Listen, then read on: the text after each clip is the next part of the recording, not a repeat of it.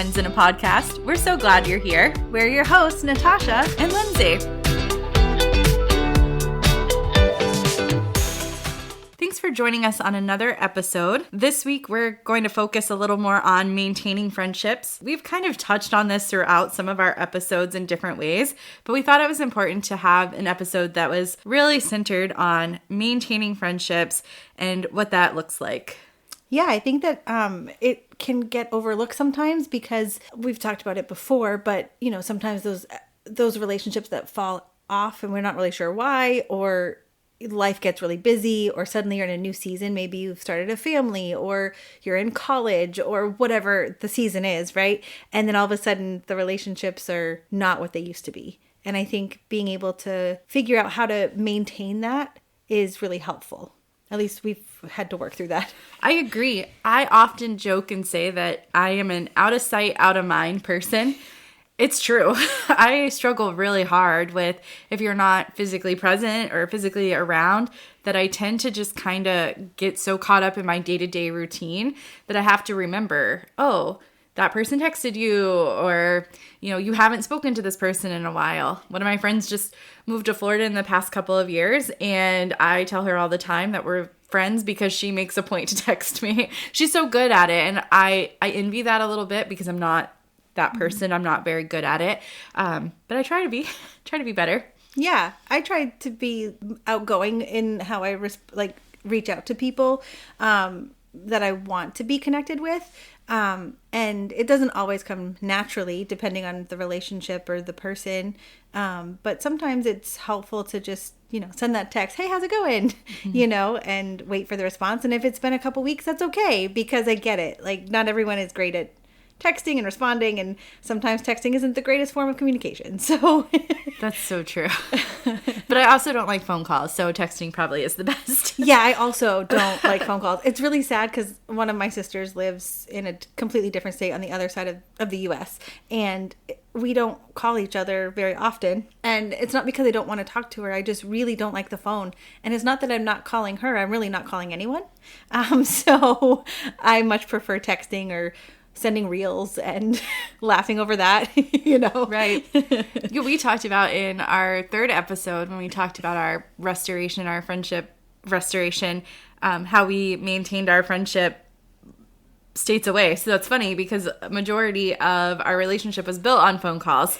And that is how we maintained that relationship over the course of 8 months while I was away, that we were able to ease right back into it when I moved back. Yeah. And I think that there are those practical ways to just maintain, like you said, a text message, a phone call, inviting them over to hang out and play games. Yeah. So for you, as someone who doesn't necessarily reach out and you're not the one to think about, I haven't talked to this person in a couple of weeks. How, for you, is it helpful to maintain a friendship with somebody that is a little bit more outgoing, I guess?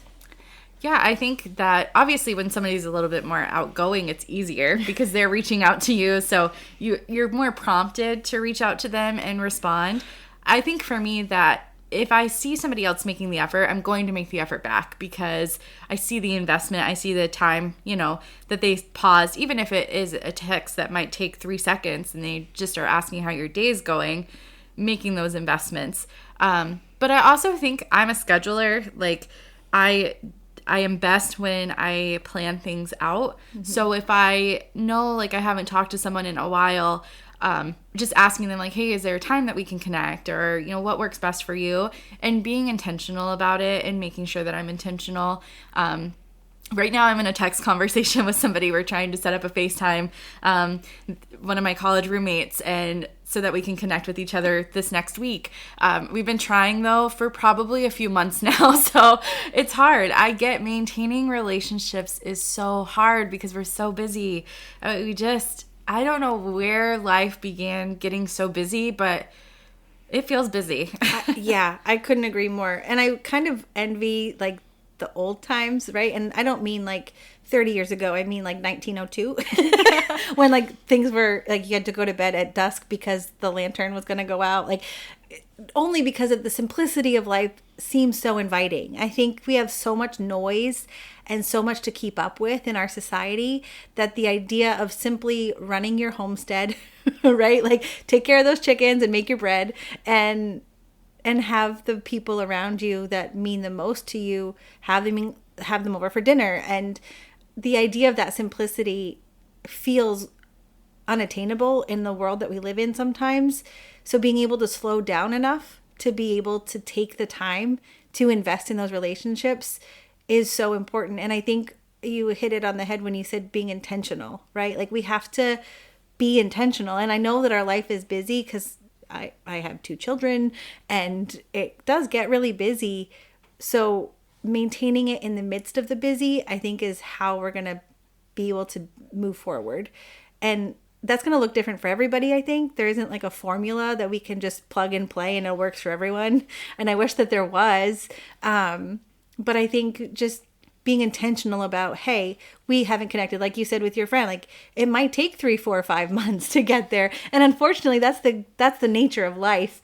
But in the long run, that's how we maintain the friendship. We're intentionally setting aside time for that. And I hope to work towards to be better at that. Because it ebbs and flows. Like sometimes I feel like we're doing okay. And then other times I'm like, I haven't contacted this person in forever. Like, I hope they're okay. Right. And it's never a malicious thing. It's just there's other things happening. And then all of a sudden you look up and it's been 3 months. Right. Yeah. We talk about it a lot, but like, you're going to get back in return what you invest in. Mm-hmm. And so if people feel like you're reaching out to them and they feel like you're making those efforts, they're going to return the efforts. But it's when the efforts aren't there and you're the one always making the effort, always reaching out to say hi. Eventually those texts are going to stop because you're not feeling like it's being reciprocated. And I think that's a huge part of it, is just the reciprocation part of it. Taking that moment. Maybe you don't get to it right away, but just making sure that at the end of the day, you're making time for the people in your life that are important to you. Oh, 100%. And I've been in both sides, right? I've been in relationships where, you know, like you reach out and you make the plans and then they come, and then you reach out again and then you have dinner and then they come. But if you don't reach out and you don't make the plans, they're not coming. And it's really hard to come to terms with that. And also, on the same token, being in a reciprocal friendship where not only are we reaching out to make the plans, but so are they.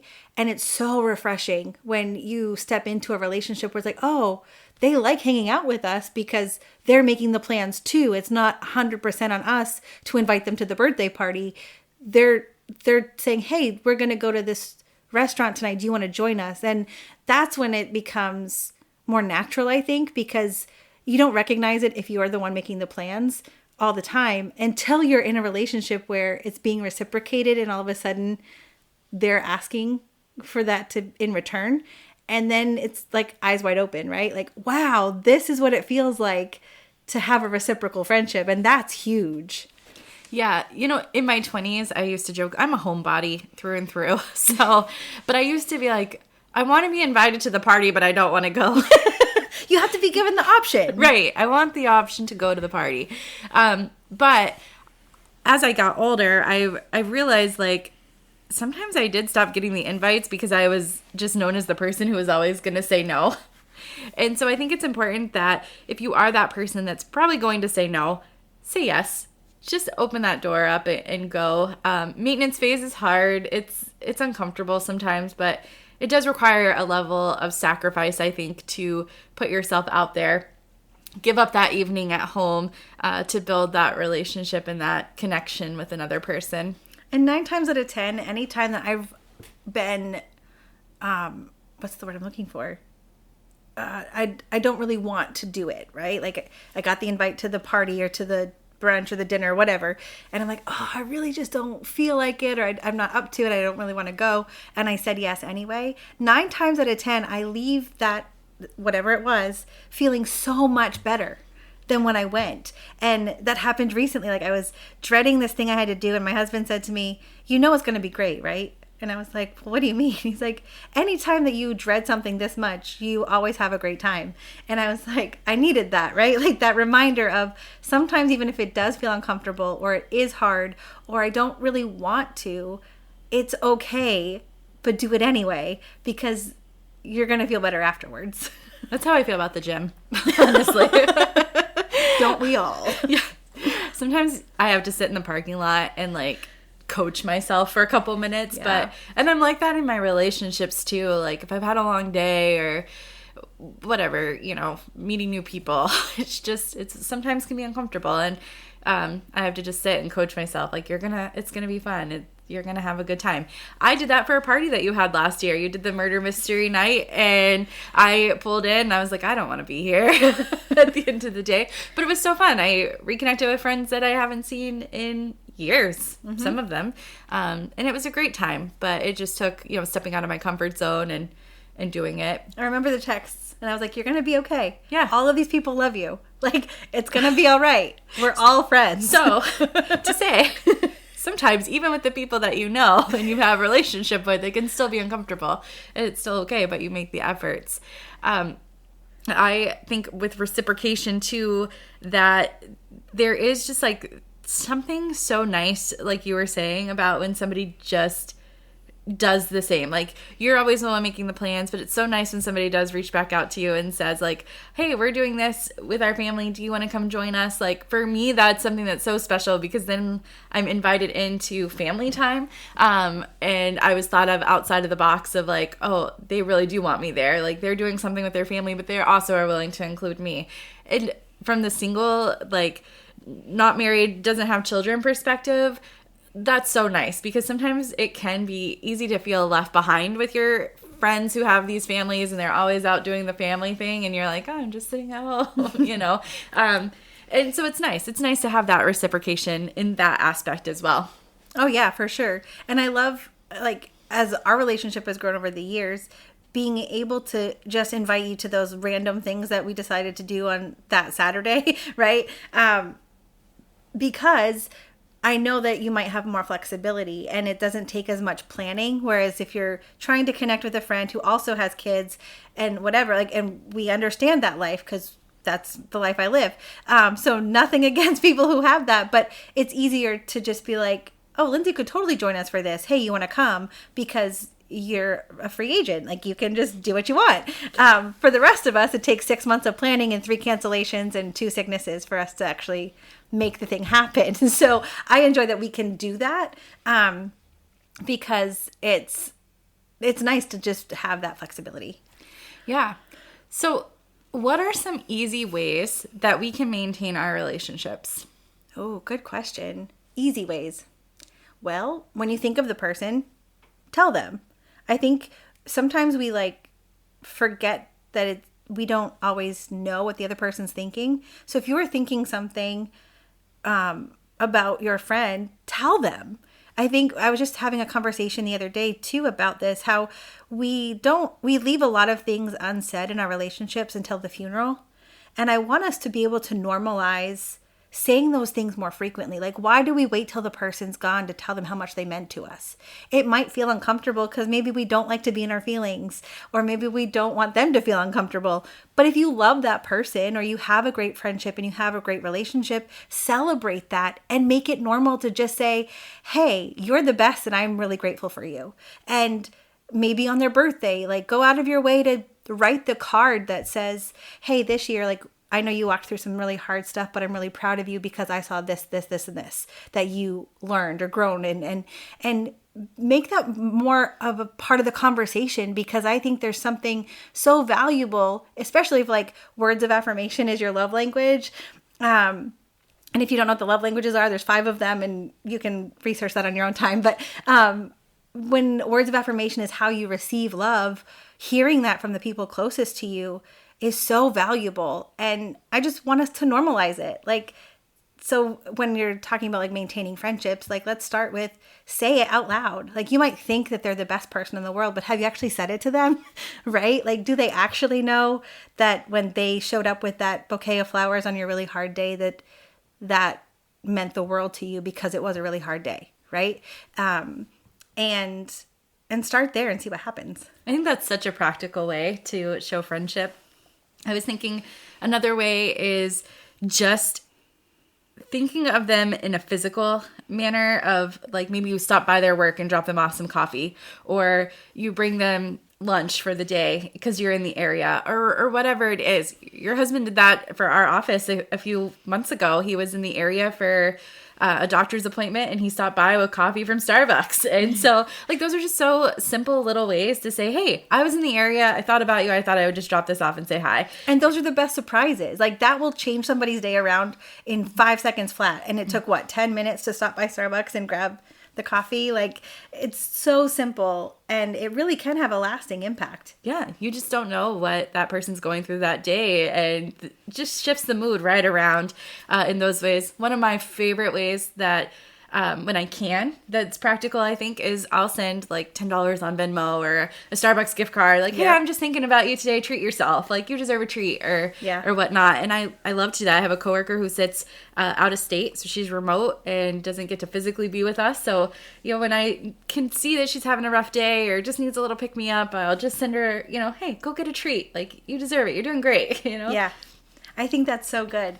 I think it's also important to be reciprocal, right? Like we have to be intentional to reciprocate those relationships. And so maybe you have the friend that is the one that reaches out a lot, and maybe for you, it's easy to just receive it, but be the one to step out and reciprocate and like either send the text first or invite them out for lunch first and show them like I'm invested in this relationship too. Because sometimes for the person who does the planning, maybe it's naturally their personality and they just like doing that.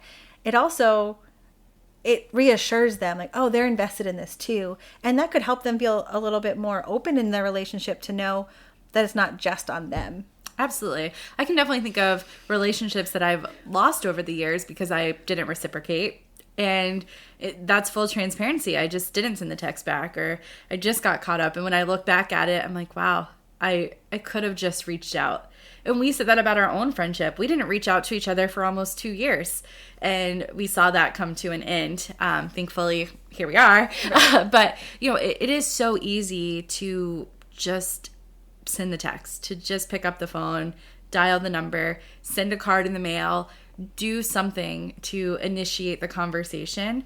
But also setting that healthy boundary of, okay, they're not reciprocating. Because I think we should talk about that in maintaining friendship. If you are the one that's constantly reaching out, if you are the one making the efforts and it's not getting reciprocated, it's okay. It's okay to just back away and say, you know what, this friendship for this season, it's okay to let it go. It doesn't mean that the friendship can't exist in the future. It just might mean for right now you're in 2 different seasons of life, and it's okay to walk away and say, I'm going to pursue new things, or I'm going to invest in relationships that are investing back into my life as well, and not feel guilty about that. I think that's huge because we carry so much guilt, I think in relationships, but as people in general, like we pick up these things and we carry guilt with us so easily that when a relationship feels like it's out of balance, it's really hard to let go of that, because maybe you have invested a lot of years into it, or maybe you do really enjoy the friendship and that's great, but it's okay. And it's hard to acknowledge that. And, you know, coming from experience, like being in a relationship that, you know, didn't reciprocate and then walking into one that did was a breath of fresh air, because it didn't feel like it was such a strain. It didn't feel like it was sapping my energy, but it was life-giving. And that's something I really appreciated. And so maybe, you know, if you are able to step away from that, it would also give space for new relationships that are much more empowering and reciprocal. Yeah, absolutely. So I think this week, as we're wrapping up this podcast, I'm inspired too for this episode to really think about my relationships and think about the ones that are reciprocal, that we're in the maintenance phase. We're doing great. We're back and forth. We're keeping the conversation alive. And again, that doesn't have to be every single day, but we're there to encourage one another, to talk about how our day went, what we're up to these days, or send that funny reel back and forth. It makes it a little easier too, right? Yeah. But also to maybe reflect on the relationships that aren't reciprocal and why. Is it me? Is it just not the season for this friendship? And being okay with stepping away from that. Yeah, I couldn't agree more. I think it takes courage to really look inward and say, am I at fault here? And maybe that opens up a conversation for restoration, right? And we've talked about what that looks like. And maybe it is just a time to step away and come to terms with that. And there will be some grief. And you might have to sit in that for a minute, and it's not going to feel good. But just work through it, and it's going to be okay on the other side. And we can say that we know on the other side there is so much joy, and it's a really beautiful process. So be encouraged that your friendships are going to be okay. That's a wrap on this episode of Two Maine Friends in a Podcast. Follow us on Facebook or Instagram. You can also send us an email at twomainefriends@gmail.com. And as always, leave us a review wherever you're listening.